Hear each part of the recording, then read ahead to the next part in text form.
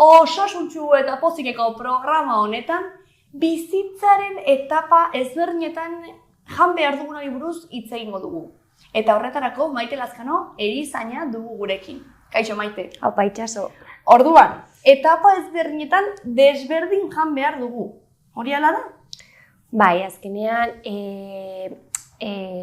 etapa edo bakoitzean baditugu behar ezberdinak. Karo, gure gorputzak ez da berdina 10 urterekin, 80 urterekin baina, ezberdin funtzionatzen du eta orduan gauza ezberdinak behar ditugu, hori da. Adibidez, hazkunde etapa horretan zaur garenetik nerabe edo garenera arte, hor zer jan behar dugu? Kaltzio asko behar dugu, ezta? Bai, azkenean gure gorputza hazten dago, eta orduan behar dena da, hori, kaltzioa, bai esnekiak eta bar, gero ere fruta eta barazkiak ere sartu behar dira, baina gehien bat gure zurrentzako eta gure hazkuntzarako beharrezkoak diren elikagaiak behar dira, bai. Eta gero bai, igual, energia ematen diguten elikagai gehiago behar ditugu? Bai, hori da. Azkenean, txikia zarenean, txikitsuak eta daude beti mugitzen, energia asko behar dute eta kontsumitzen dute, eta orduan beharrezkoa da sartzea elikagaiak energia ematen dizutenak. Pasta, barazkiak ere badute, karbohidratoak direnak. Eta horiek badaude ere, legumbrean ere badaude, horregin behar da ekilibrio bat, energia hori lortzeko. Eta gero helduak garenean nik entzuna daukat adibidez esnekien arira, ez direla hain egokiak guretzako, batzuetan igual mukiak eta baita ere emanan digutelako. Bai, nik ere entzun dut. Esnekien kontua, hori, txikitan beharrezkoak dira, baina gero ja heldua zarenean ez dira hain beharrezkoak. Orduan, igual, hain egokiak ez badira, ez dira hainbeste kontsumitu behar. Ez dut esan nahi noizbenka esne baso bat hartzea edo olakoak, baina bai badute beste eragin bat gure gorputzean. Eta mukiaren da, ez naiz horretan oso aditua, baina bai ikusi beharko genuke zeren nik entzun dut askotan bai. Eta adibidez, badaude beste elikagai batzuk kaltzioa dutenak, adibidez, nik entzun dut brokolia baita ere, ez? Bai, barazki asko badute kaltzioa, arrain batzuk ere badute kaltzioa, ez bakarrik esnekiak dute kaltzioa. Inkluso hori, barazkiak duten kaltzioa ere oso ona da, eta orduan hartu dezakegu beste iturri batzuetatik, ez bakarrik esnekietatik. Eta adibidez, pasta eta horrelakoak heldutan, zer eragina dute, ez? Bizitza sedentarioa duen baten dako, hainbeste energia ematen duten janariak edo elikagaiak hartzea. Hartu behar dira, baina igual kantitate txikiagoan. Zergatik, gure korputzak sartzen denean erresistentzia hartzen dio azukreari. Eta orduan, zuk sartzen bali badiozu azukrea, karbohidratoa da azukrea. Baina, sartzen bali badiozu, gorputzak kostatzen zaio gehiago hori apurtzea, metabolismoa egitea, eta orduan, ekidin behar dira gehiago. Hartu behar dira, baina igual osasuntsuagoak eta igual forma orekatu batean. Igual karbohidrato integralak, ez? Integralak, azukreak fuera, gero igual kantitate txikian, igual gauean ez dira hartu behar hainbeste, hor. Gero nena bezaroan, askotan, gustatzen zaigula ez ultraprozesatu horiek, ez bolleria industrial horiek edo jatea, baina hori gero luzera zer eragin izan daiteke, izan dezake gure bizitzan edo gure osasunean. Azkenean produktu hauek ez dira onak, eta orduan hartzen baldin badituzu txikitatik hori eragina du, ez da logikoa. Txiki bat hartzen baldin baditu elikagai ultraprozesatu asko eta bar, hori ez baldin bada ona organismoarentzat, azkenean ez du kaltetuko momentuan, baino eragina izango du gutxinaka, eta gero segitzen baldin baduzu hori hartzen, gero eragina izango du, fijo. Eta gero, adineko pertsona batek zenolako proteinak hartu behar ditu hori, muskulo beste atalen batzutan aipatu dugu muskulo masa hori ez galtzeko, eta ezurrak indartsu izateko, ze proteina mota da egokiena? Bai, proteinak badaude jatorri animalian, jatorri vegetalean, eta, hartu behar da denetarik, ez? Badago, aminoazido esentzialak hartu behar dira, bai ala bai, adibidez arrautza da oso proteina ona, orduan hartu behar da. Gero ere proteina, vegetala jatorria duten proteinak ere hartu behar dira, bai legumbreak, fruto lehorrak, eta bar, eta gero animalia jatorria duten proteina, bai arraina beharrezkoa da, eta haragia ere hartu behar dira, baina igual pixkat kantitate txikiagoan. Eta orduan, adibidez, familia batean, baldin badaude hiru belaunaldi ezberdin, ez? Adineko pertsona bat, heldu bat eta haur bat, nola antolatzen gara, ez? Zaila da krokiz bat. Ja. Imarko litzateke ez, pixkat pasta egi, pixkat ez, edo karbohidratuak, edo barazkiak direnak, gero haragia edo proteina arraina, eta ez dakit, eta gero bakoitzak hartzea, heldua dena, igual proteina gehiago. Txikitsua igual, pixkat, pasta gehiago, ez dakit. Vale. Zaila da, baina, pixkat logikarekin, ez? Ikustut egin daitekela. Mila esker, Maite, informazio oso baliagarria eman diguzu. Beraz, mila esker eta hurrengoan arte. Zuri.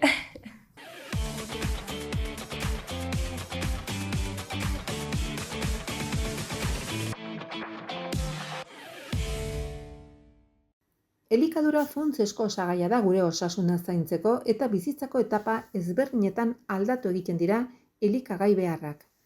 Elikadura egokia prebentziozko neurri garrantzitsua da etapa bakoitzean eta osasuna hobetzeko funtsezkoa. Ona nola elikadurak eragina duen hainbat etapetan. Haurtzaroa. Hazkunde eta garapenaren fasea denez elikagai nutrientek eta kalitate onekoak beharrezkoa dira proteina, kaltzio, burdina, vitaminak.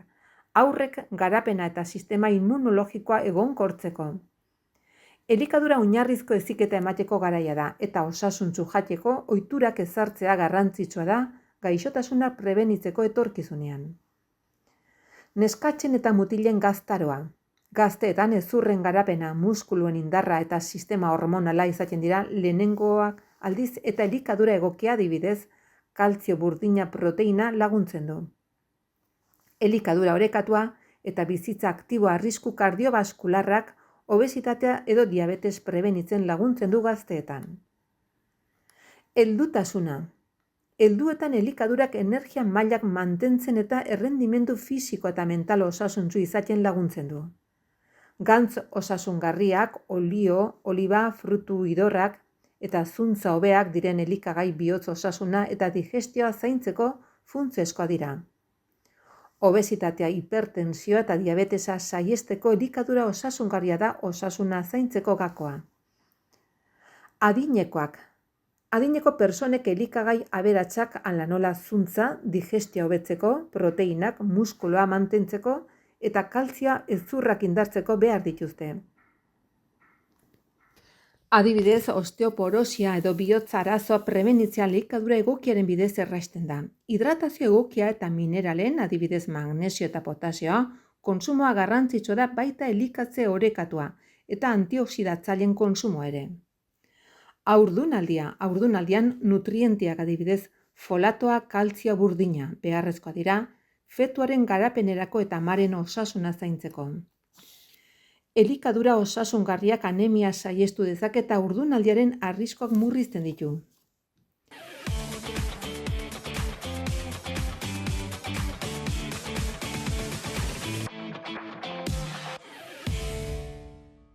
Gaurkoan, antura edo inflamazion kronikoa arintzeko eta osasun orokorra hobetzeko baliagarria den dieta antiinflamatorioari buruz hitz egingo dut. Elikadurak nola eragin dezaken gure gorputzeko antura mailan eta horregatik da garrantzitsua elikagai egokiak hautatzea.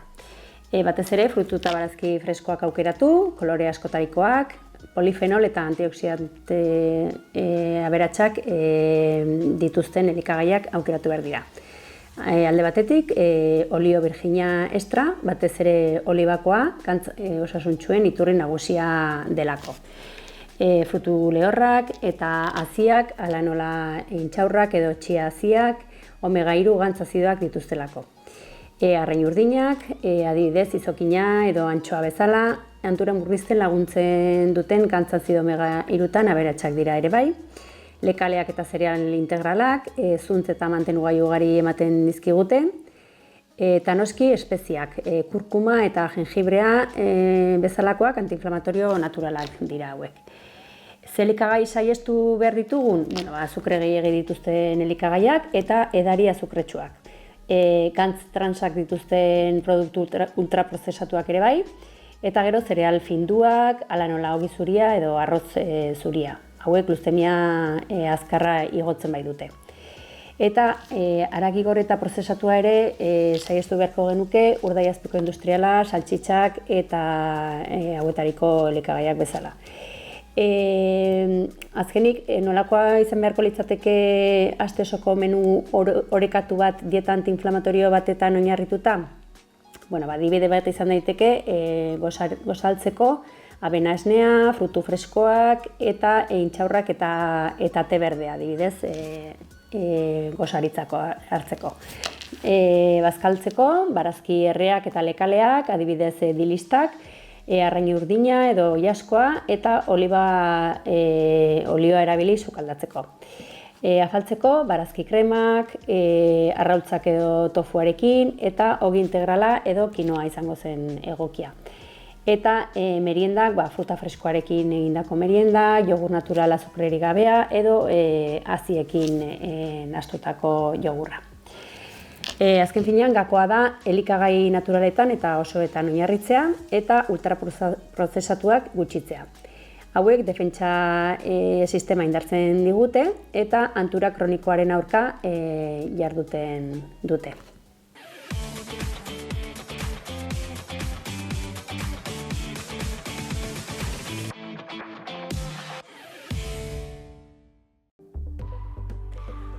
Ariketa hauen bidez, mobilizatuko dugu lepoa. Orden, toaia buru atzetik batzen dugu eta gurutzatzen ditugu eskuek. Bat, behiti behira eta bertze eskue gure aurpegian parean. Orden, giretzen dugu eskuin aldera eta gure eskuekin laguntzen dugu. Aldrebes, eskuineko besua behiti, ezkerra goiti,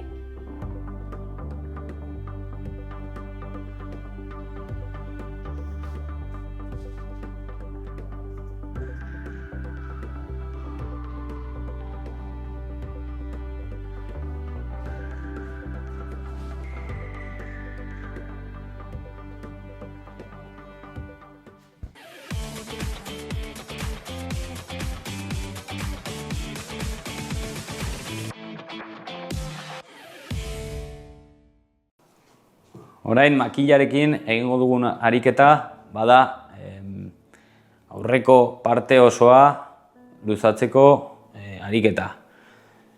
Lehenik eta behin kontuan izan behar dugu, beti sorbaldetan mina izanen badugu, saiatu suabe egiten, gutxienez ongi egiten, edo jakitun izan hemen badaudela mangitu rotador izeneko muskulo elkartu batzuk eta mina eman dezakete. Orduan, kontuz izan, gure estiramenduan ez badugu estiramendua sentitzen eta zure gorputza entzun.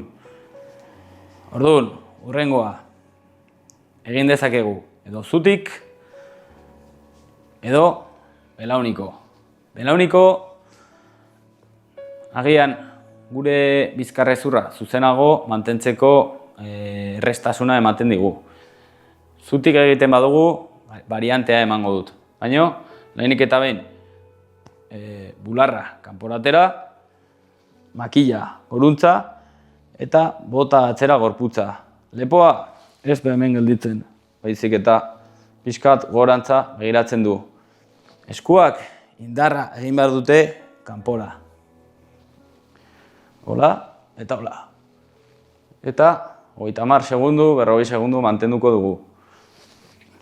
Esaten duana da, lepoaren kontua, holako estiramendua ez da ezertarako balio. Holaxe, bai. Zutik, belaunak, pixka bat dolestua izan da, atzera bota, erretrobersio pixka bat egin, eta ireki bularra.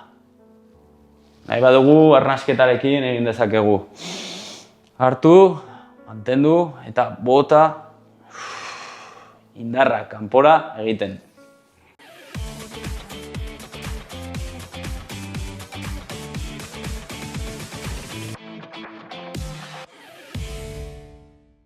Zer dira jarduera sortzaileak, ez? Hori hasteko. Bueno, lehenengo gauza da malgutasuna lantzea. Jakin behar dugu, gure sormena sortzeko, lantzeko, kreatiboagoak izateko eta bar, mundua ahalik eta zabalen ikusi behar dugula, gure burua ahalik eta baliabide gehien garatzeko gai ikusi behar dugu, eta bar, gauza kreatiboak egiten ditugunean, esperientzia berriak ditugu, hausnartu behar dugu, zer egin daiteke, nola egin daiteke, nire burua, nola ikusten dudan egoera horretan, zer naizen gai sortzeko, eta hor, gure buruko edo garuneko neuroplastizitate hori esaten duguna ez, flexibilitate edo malgutasun hori handitu egiten da, eta elikatu, orduan geroz eta gehiago ez, sortzeko gai gara. Eta lortzen ditugunean helburu horiek, azkenean gure autoestimare igotzen da, ze ikusten duzu zure burua gai, igual lehen egiteko gai ikusten ez zenuena, eta ondorio polit batekin askotan. Horrek eragiten du ongizate orokor bat eukitzea, alaiago sentitzen zara, zoriontsuago, besteekin ere kolaboratzeko eta lan egiteko hobeto ikusten zara.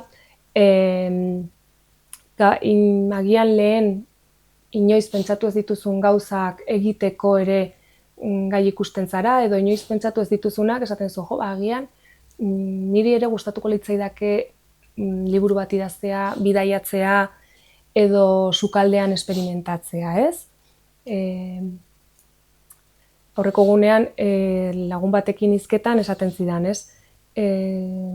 Nire semeak nahastu ditu elikagai hau eta bestea, eta esan genuen, ez? Horrela sortu zen meloia eta urdaiazpikoa nahastearen kontua, ez? Gauza horiek ere ongi sentiarazten gaituzte. Ikusten dugulako ondorio polit bat, ez? Eta, alor pila daude, musika, artea, sukaldea, harremanak, dantza, edozein gauza. Eta horre gainera estimulatuko gaitu, eta gure gorputzak sortuko dituen ere barneko sistemak ere ongizate gehiago emango dizkigu, ez? Endorfina pila sortuko ditugulako, eta emango digu, ez? Sentsazio hori ongi sentitzearena, energia gehiago emango digu, eta azken finean, hor bizitzan tarteka hau txertatzeak asko lagunduko digu gure ongizatean.